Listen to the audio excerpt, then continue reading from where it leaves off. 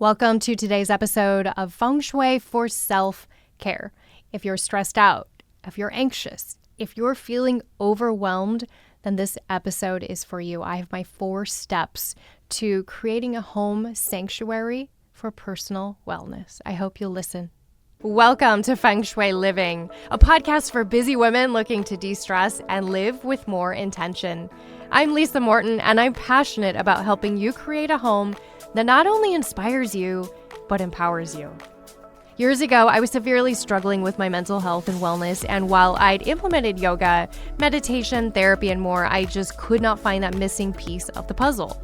And that was until I explored my home. You see, the interior designer in me had made it beautiful, but it wasn't supporting me energetically. Fast forward, and I've now been in the interior design industry for 20 years, and I've devoted the past 10 years to Feng Shui and a holistic design approach. In this podcast, I'll be sharing with you interviews, stories, and knowledge, as well as some super easy, simple tips that you can take on today. If you're looking to be more intentional and create a life and home that you love, then you're in the right place. Hello there, and welcome to today's episode of Feng Shui Living. I'm your host, Lisa Morton. And again, if you listen to the intro, this episode is for you. If you're feeling stressed, if you're feeling overcome by anxiety, by overwhelm, but also for you if you're not feeling that way right now. Because, sometimes we have moments of stress and overwhelm.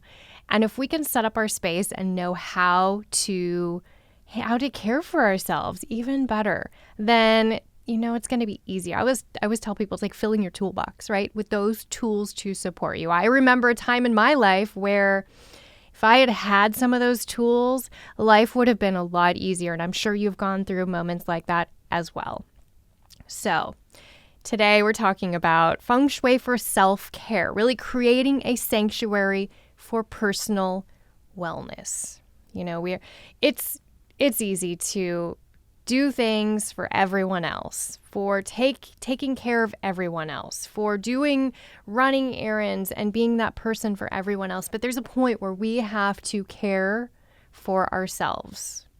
To be able to care for those, we have to take that time for ourselves. We have to fill our bucket. We have to put our oxygen mask on first. And I know it's hard, but I feel like most of us know when we've come to that point. So if you're at that point, I want you to listen to these 4 steps. And if you're not at that point, I want you to save this episode, listen and save it for that time. You can even start implementing these things now because that will help you.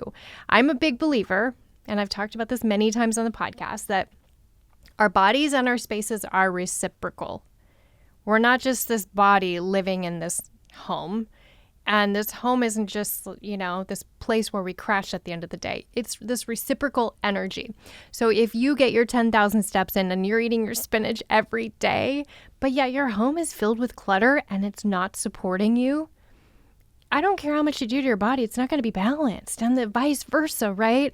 If your home is spotless and it's laid out beautifully following Feng Shui and it's decorated to make you feel really amazing, yet you're not caring for your body, you're not listening to your body, you're not recognizing those signs of stress, then it doesn't matter how perfect your home is. And it's not about being perfect, but, just keep in mind, it's just balance between both, okay? But I'm here to hold your hand through these 4 steps. There are things that I recommend to my clients that I have personally taken on and experienced myself. I'll start out, before we get into the 4 tips, there was a time in my life where I was so anxious and stressed out. I actually didn't know what was wrong with me. I just knew I didn't feel very good and I didn't feel right. And at the end of the day, I would drive home, and it was a stressful hour-long commute of stop and go traffic, slam on the gas and go 70 miles an hour, and then you slam on the brake, kind of stressful traffic. And I would get home, I'd walk in the door, and I didn't know what to do with myself. And my home certainly wasn't supporting me. It was pretty. As you hear in the intro, my home was beautiful, but it wasn't supporting me whatsoever. So I'd walk in, I'd curl up on the sofa. I had this beautiful blanket, and I would throw it over my head and cry because I didn't know what was wrong with me and I didn't know what to do. I didn't know how to solve it. And I'm kind of a fixer, and I didn't know how to even process it. So take these on if you're feeling stressed, anxious. Okay? Number 1, my first step is to explore the Bagua map with your home. So the Bagua map is this ancient tool that describes 9 different energy centers or guas and how they correspond to your life. And we have one very special gua that's in the very center of the Bagua map, and that connects to your health. So I don't want you to stress about trying to find all these different areas. We're going to make it easy. I just want you to find the centermost area of your home. So if you were looking bird's eye view, if you were looking down at floor plan drawings, what would be the center of your home? What does that space look like? Is it supportive? Is it messy? Is it cluttered? I want you to address this place first. And maybe that requires a weekend task. This weekend on Saturday afternoon, you're going to devote 2 hours to working on this space. That could be decluttering, cleaning up, tidying up, getting creative, right? Look at the lighting. Is it well lit? Is it a pretty space? Does it make you feel good? How can you bring more of a grounding energy in there through the earth element? Beige, tan, brown, yellows, square shapes, big chunky textures. If it's a great room, bring in some big chunky textural throws, some beautiful square throw pillows in those earthy colors. But then it might just be, bathroom, a pantry. You can't do a lot, but keep it nice and the floor swept. Keep the bulbs nice and bright. Make sure the door functions going in and out of this room. Bring in a fresh bouquet of flowers. Bring in a brand new house plant. Always look for the soft rounded leaves, not the spiky or cacti. But bring in some items here to elevate the energy and make it feel happy and peaceful and joyful versus cluttered and messy. Okay, so finding that health gua is huge. Next is designating a self-care space. So often we're worried again about other people. Do you have a space? Do you have a space where you can decompress? Maybe a favorite chair in a corner, or maybe that's a room.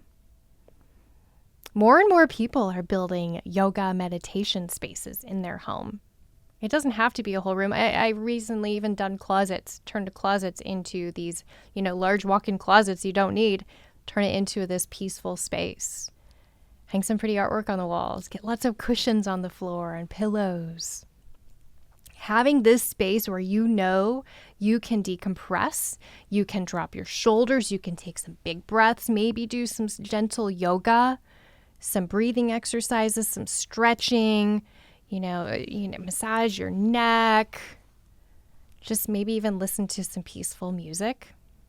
Having this self-care space is so important. I always love to recommend journaling because I love to journal. I think it's really mind-blowing what can come out of your head. You're thinking it up here and it's going and going. But then when you put pen to paper, it really transforms and you can really get emotions and feelings and sensations. Put it out on paper. Get it out of your body and put it onto the paper. So journal. I love journaling. This, having the space to journal is just so nice. You can go in that space and that's your time. So have this space where you can, that's dedicated to being a retreat.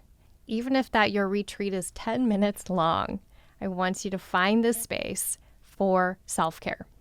So step 1 is finding that health gua. Step 2 is designating a space for self-care.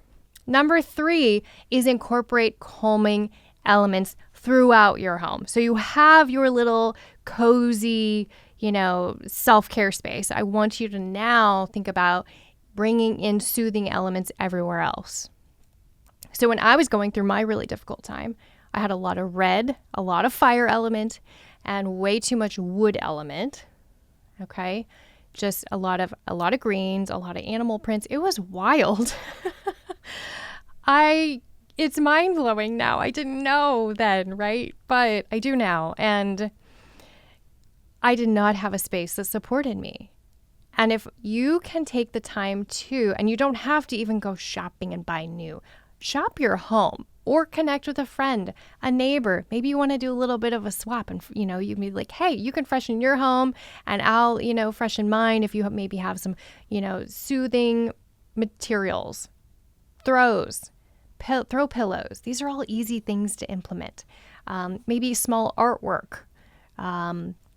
Look for beiges, tans, browns, any color down into the earth, even pottery. If you have some pottery, bring it out so it's visible. These help us feel grounded. They help us feel centered. When our brain and our mind and our head is up here feeling frazzled, it will bring everything down and feel peaceful. The earth element is excellent. Spread it throughout your home. You might initially be like, but I don't like brown. I want you to connect with that earth. Again, it doesn't have to be all those colors. You don't have to paint your walls all those colors, but bring those elements in. And it doesn't have to be forever either. I recently had this talk with someone. She's like, but I really love, this wild wallpaper and all this other stuff. I really love this vibrant feeling. And I'm like, that's okay. But right now we need to get you feeling better, and that's not supporting you. So switch up a few things now. You can always try back. I always say leave something for 6 weeks. See how it feels. You might fall in love with it and not want to change it. If you do, go back and see. I kind of think of sometimes like an elimination diet, right? We're going to reset so you feel better now. And then if you want to add something back in, add the bright pink pillows back in, see how it feels for a week. Is your stress levels increasing or are they still staying low? Right? So you can experiment like that. So calming elements, beige, tan, brown, cream, anything from the earth, clay pottery, rocks and crystals, calming rocks. I love, smoky quartz. I love to carry red jasper in my pocket a lot. Howlite, the beautiful white stone with kind of gray marbling, and it's really nice. So bring these in, and also don't forget other senses. Aromatherapy is wonderful. Snag a diffuser and get some great quality essential oils, because there are some essential oils sold at the end cap at the grocery store. Those may not be the best. I want you to really investigate and get good quality oils. I love lavender, chamomile. My favorite blend that I have to share with you is from doTERRA. I don't know what all is in it, but it is called Peace. And it is a little bit of a stronger scent, so I will only put 1 or 2 drops in my diffuser, but it just makes, you can feel the stress just falling off your shoulders with this amazing scent. So if you know anyone that sells doTERRA, or you can just get on their website. I don't even know where I've got mine, but it's great. It's great. I have like 3 bottles of it. I'm like, oh, I can't ever run out of this. But doTERRA Peace is an amazing essential oil. Also think of sound. Is there TV blaring in the background, or crazy high energy music that's really fun and lively, but not what you need at this time? I have some great playlists. I will actually share with you one of my favorite Spotify playlists. I just will play it in the background. It's very repetitive. It's very soothing, and it's just nice. It's just nice sound in the background. And yeah, so think about those other senses beyond just visually what you're seeing, what you're touching your skin up against. And then, of course, use nature to enhance. That's number 4. So we have find your health gua, and then we have designate that space, for your little sanctuary. Incorporate those calming elements throughout, not just in your sanctuary. And then you connect to nature. This may mean you need to start getting out into nature a little more. Maybe a quick, short lunch break walk. Maybe 10 minutes when you get home. Sometimes my favorite time to go on a walk is I just pull the car in and I just go walking, just to like rinse out a little bit before I walk into the home, before I walk into my door. Or maybe you want to start your day with a walk, getting out, getting connected to nature, looking at the grass, looking at the trees, seeing how they blow in the wind, watching the clouds. This is so good for your nervous system. I do love bringing plants in. Be mindful of not having too many plants. I just had a call with a gal who had an office that, well, we did my free 15-minute discovery call. And you can jump on my website and schedule yours, but we did a discovery call.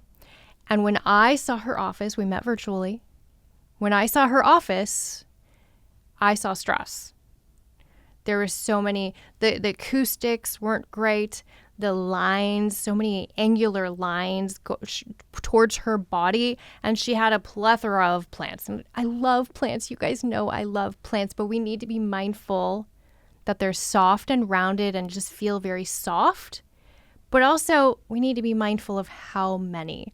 Plants represent the wood element, and that can take our energy up a little too much when we need it grounded. So that might mean you need to edit your plants and maybe relocate some, maybe gift a plant or two away to someone who could really use it. I love to gift plants to someone moving into a new home. This really helps them connect with that new home. I also love to gift plants when someone is taking on something new, starting a new business, starting a new routine. A plant will help you connect with that.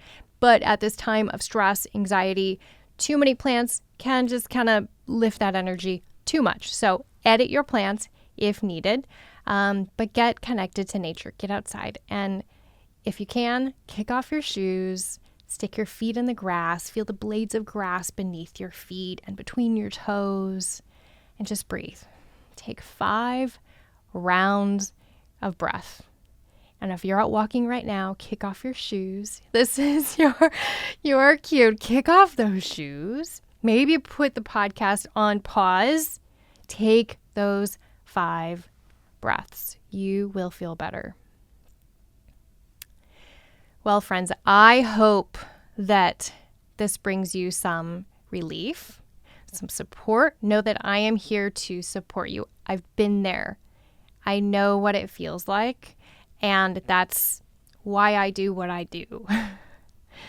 If you need more help, reach out. I'd love to help you with a consultation. I also do have my color mastery happening every other month, so you can jump in and learn about colors to support your nervous system. We talk about color in every facet, color psychology.